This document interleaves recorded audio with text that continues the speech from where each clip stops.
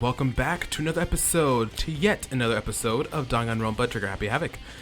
In this episode, we're going to go ahead and hopefully finish our chapter, the investigation, and maybe get started with the class trial. I don't know how much there is more to investigate, but we just gotta make do and we just gotta keep going, you know? So let's do it. I need to ask her about the pocketbook I found in the locker. If I don't do it now, I'm probably gonna regret it, right? So let's go ahead and ask her real quick. Gonna go ahead and save real quick.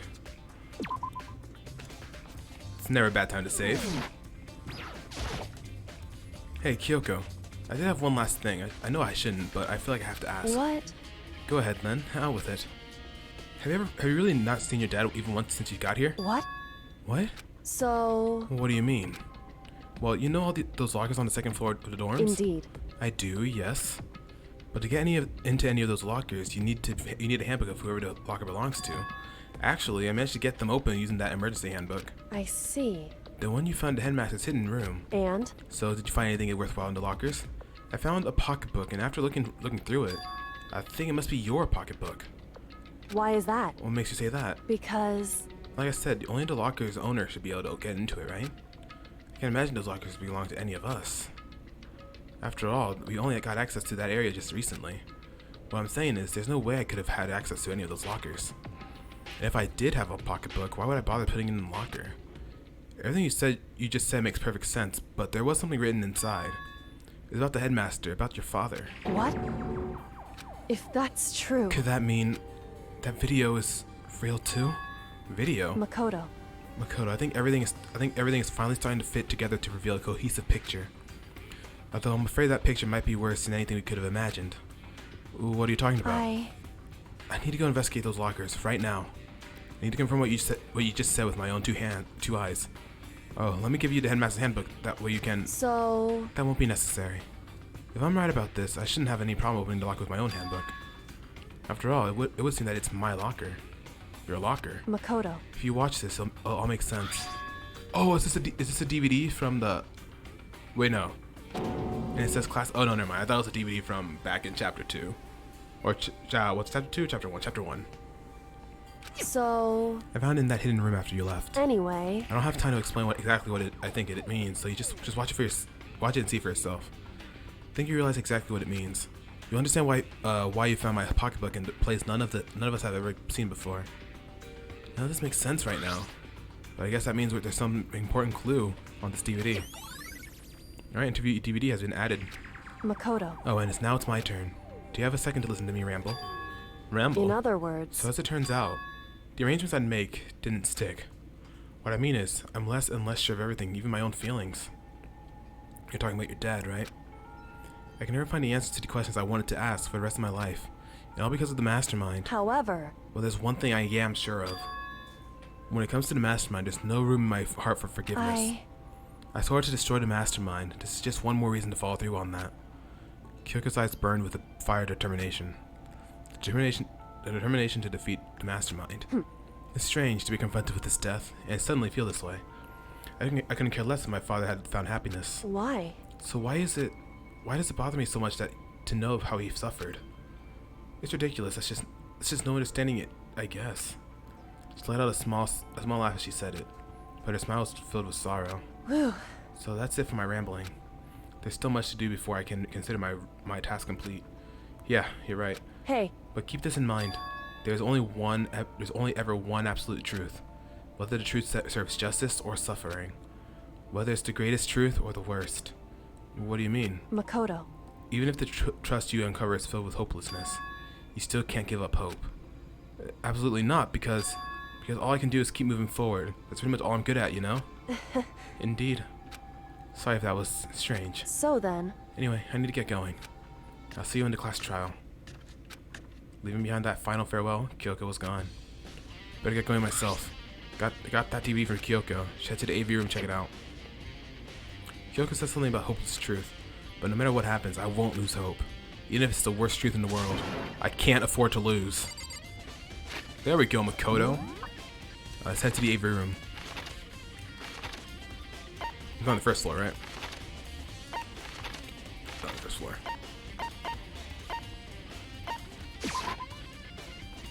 Okay. That's the nurse's office. It's over here, right? Yeah. Oh man, this just keeps getting more and more intense.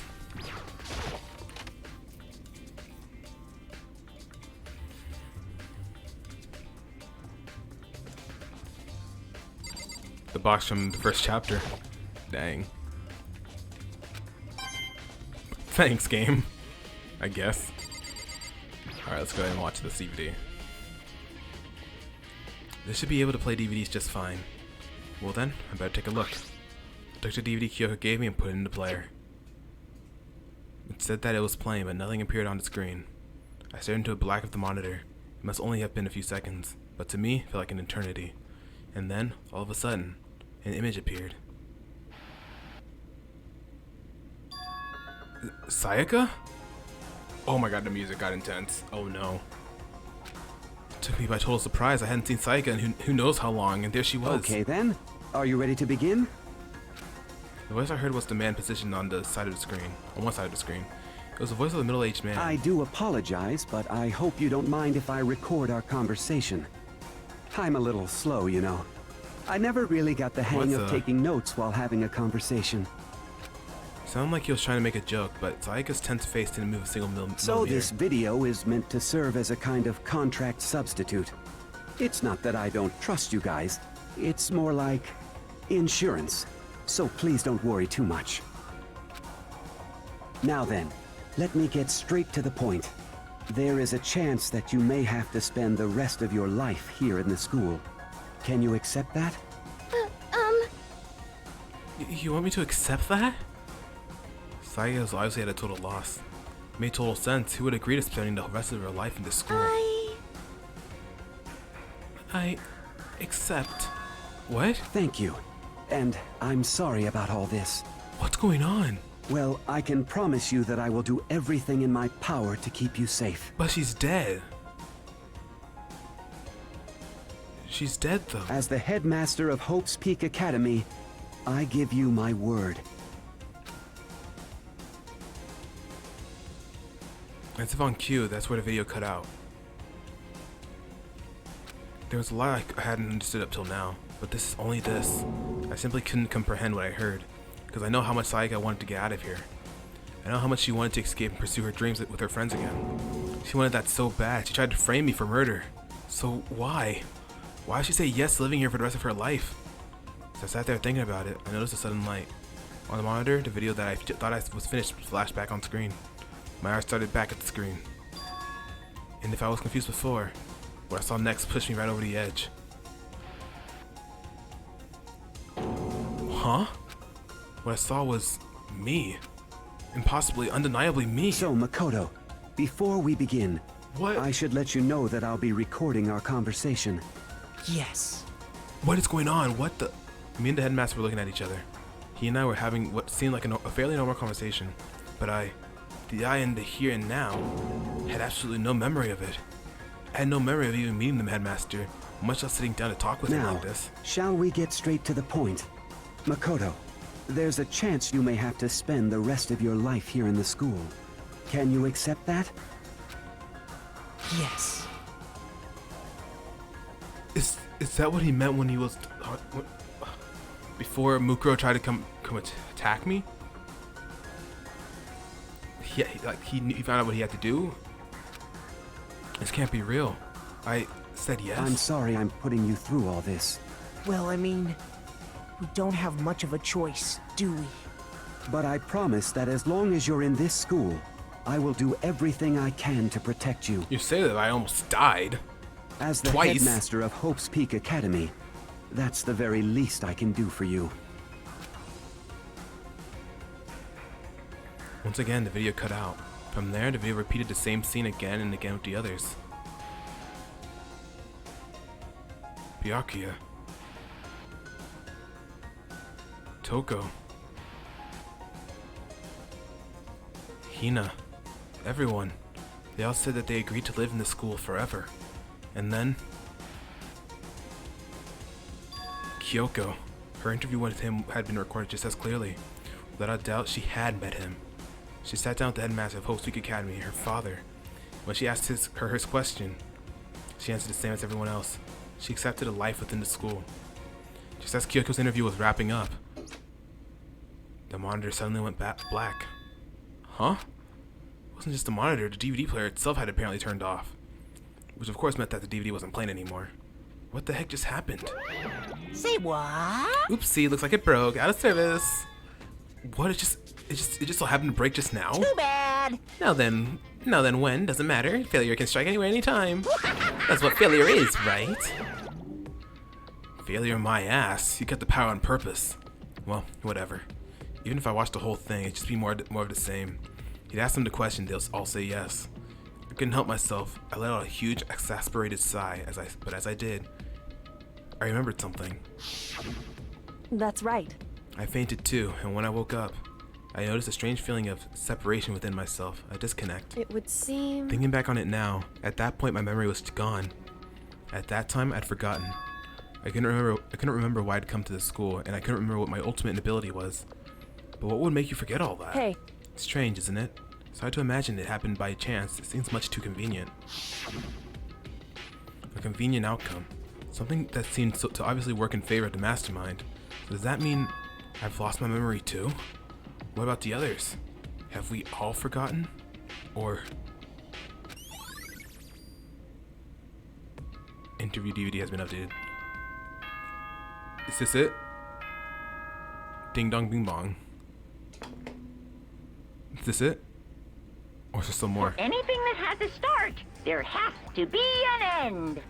And if the end comes, then that means it's time for a fresh start. There is no night that doesn't have a dawn. Although that dawn is totally pitch black, there is no storm that won't eventually end. Of course, then that leads to drought. But as I said, every end is the promise of a new beginning. Which is why I'm sure we'll get to meet again, because the end is only the beginning. Anyway, let's get started. The beginning of the end of the class trial. Everyone gather once again at you know where.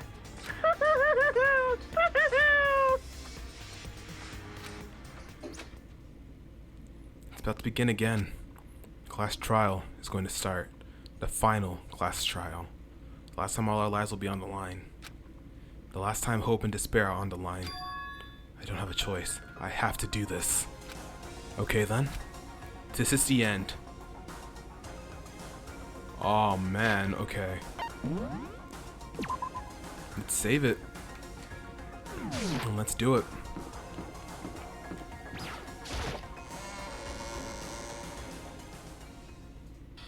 I guess I'm the first one this time. Makoto, You're early, Makoto. listen. Does that mean you feel prepared? Yeah, for now, at least. But where's everyone else? Why aren't they here yet? However, Don't worry, I'm sure they'll be here soon enough. And just like she said. Byakuya. Byakuya? They arrived one after another, but they were all in the same state of shock. Hina? Hiro? Silence. And it wasn't any normal silence. It was a deafening silence of fear and suspicion. It was like the first class trial. You called for me and so I appear. I'm on fire! Strong silent master, so wonderful, so cool, so hot. My loins are ablaze. Yes! Now listen, everything will be just fine if you leave it to me. My beautiful With my sharp scissors in hand, I'll stab and gouge and shape the master of evil. But I thought you couldn't kill anyone but adorable little boys. If it's the master wants, it can be a boy, girl, or anything in between. I can handle it. Where am I? Well, no human language can describe the disappointment I'm feeling right now. Is everyone here? Ooh, and wearing our gloomy gust faces, I see. now. Okay, well, then, let's begin. Thrills, The chills, final class trial is going to kills. be slathered in pitch black despair. Climaximum sorrow. that's fine. You're right, this is the final class trial, and this time it'll be fair. How strange. What do you mean, this time? Stop with all the slander, and I'm a bear in good standing, you know. Unbelievable. If there was a Mr. Fair Guy universe contest, I'd take it home to TR every year. I'm gonna win this game super fair and square. Today, And I'll I'm make sure feeling everyone white. watching at home knows that despair is mightier than end in hope. Stop talking. Enough of your tedious drivel. Begin the trial already. Sure, let's begin the trial already. I'll be waiting for you down below. You guys. So don't try and run away. I'm nervous. Laughing as loud as ever, Monokuma disappeared. Whatever. In the name of my family. This will be over in no time. With an inexplicable confidence, Byakuya was the first into the elevator. One by one, the others followed.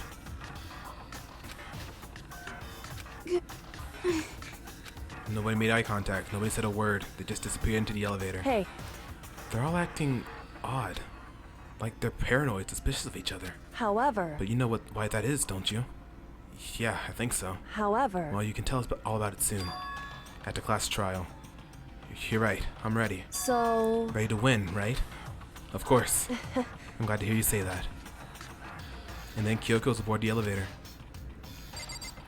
Oh man, y'all. This is exciting. Very exciting. Oh. I started making my way toward the opening, step after step toward the gaping maw. I resolved that this would be the last time. I repeated to myself that there was no fear, no mystery left. I pushed the anxiety down, calmed my trembling body. And finally, on steady legs, I passed the threshold and stood in the elevator. Without warning, it began to descend. Deeper and deeper. Deeper, deeper. Deeper still. Deeper and deeper. Deeper and deeper. Deeper and deeper. Deeper and deeper it fell. I closed my eyes and sight fell away. All sound, too, disappeared. Alone in the universe, I waited for the elevator doors to open for the last time. What could have been seconds or centuries later, I felt the gentle vibration of elevation came to an end. I slowly opened my eyes. Oh damn, it definitely changed this time around. This is the final trial site. What do you think? Isn't it just the perfect background for deciding a person's fate? It's the long-awaited last stage. You're always excited to find a boss battle. And I'm gonna sit in this one. In on this one. I'll just sit right here in the vacant 16th seat. Thrills, Well then, let's chills, begin. kills. Oh man. Okay. I'm nervous. I'm very nervous. Okay, let's go through everything we have. Okay. So we're not gonna worry about reading that. So several rooms have been locked up until this point. The headmaster room on the 4th floor, the bio lab on the 5th floor, Monokuma door on the student center on the 4th floor, and the 2nd floor of the dormitory area. In addition, the areas directly connected to Mukuro Kusaba's death are the garden and dojo. The Monokuma control room in the data center opened to reveal a small room used to command Monokuma. This is where this mastermind had been issuing commands to the Ursin robot. The tarp found in the garden had played a part in Mukuro's murder. Biolab had been stamped into one corner of the tarp. The same kind of tarp was found in the Biolab, so there's no doubt that this tarp came from there. According to the headmaster's report, Mukuro did not have a single scar or wound when she came to Hope's Peak Academy. In addition, her physical features were as follows: height 5'7", weight 97, vitals 31, 22, 32. Kyoka has confirmed that the course matches these correct characteristics. The phrase "the ultimate despair" doesn't refer to a single individual, but a like-minded group of people. 1 year ago, that group brought about the single worst event in human history. They are motivated only by despair, making them some of the most despicable people to ever live. There is a brightly colored box sitting in the headmaster's hidden room. Inside the box were human bones, the last remains of the headmaster. In his hidden room, the headmaster kept a photo of him and a young Kyoko together, and the photo and the them are both smiling. Okay. Give me just a second. I'm going to go ahead and title this stream.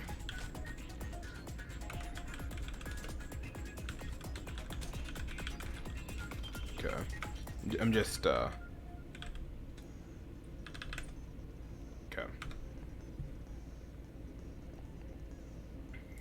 Done. All right. Sorry about that. I just wanted to update the stream. Okay. The emergency handbook was found in the headmaster's hidden room. The handbook apparently has no restrictions and was given to the school's ultimate authority, a headmaster. The notebook was found in the locker on the 2nd floor of the dorms. Yasuhiro's name was written on the inside, and it has notes for the number of different classes. The pocketbook was found in the locker room on the 2nd floor of the dorms, and based on what was written inside, it's believed to be Kyoko's. There's some kind of message scrawled on the last page of the pocketbook. Despair walks among us, and so we've survived. There's a second despair. The biolab on the 5th floor seems to have been repurposed as a morgue. A corpse fridge has been installed in the biolab. It seems that the blue light comes on to indicate a slot is occupied. The number of blue lights, counting on the slot with Mukuro's body inside, comes to a total of 9. The photo depicts all the Hope's Peak students wearing matching uniforms. Worth noting is that Mukuro is pictured, while Makoto is not. Could that mean all the others are working together somehow? It would seem that while Toka and Genocide Jack shared certain fundamental knowledge, their individual memories are separate. Kyoko's account. Kyoko attests that both the stab wound and the blow to the head were inflicted after death. The DVD Kyoko found contained interviews between the headmaster and all the Hope's Peak students. Makoto, however, had no memory of such an interview. Thanks to Monaco's interference, Makoto wasn't able to watch the DVD all the way through. Oh man, okay. Okay. I don't think we have any more new skills, so even if we did, we couldn't even equip them anyway. Okay. All right, let's. Whew. You know what? I'm gonna end the episode here. This is a very, very short episode, I know, but I want to dedicate a whole episode just to the class trial. So I'm gonna end it off here. It's gonna be a really short episode, about 20 minutes. So yeah, in the next episode we'll get on with the final class trial and hopefully finish off the game. So I'll see y'all next time.